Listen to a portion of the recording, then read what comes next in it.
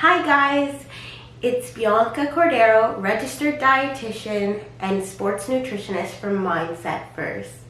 Today I'm going to be talking to you about the merits to tracking your intake through food diaries or through nutrition tracking apps. So nutrition tracking apps and food diaries make us a little bit more mindful about what we're eating, which is great because it gives us a sense of exactly how many foods that we are eating that may have high protein, or how many foods that we may be eating that may be higher in carbs, how much fruits and vegetables we might be eating, and also you can also track your beverage intake, which is great to see if you're hydrating properly throughout the day. And a bonus is if you bring it in, I can take an analysis of it, just look everything over and make sure that you're getting adequate amounts of all the nutrients that you need to, one, fuel sport,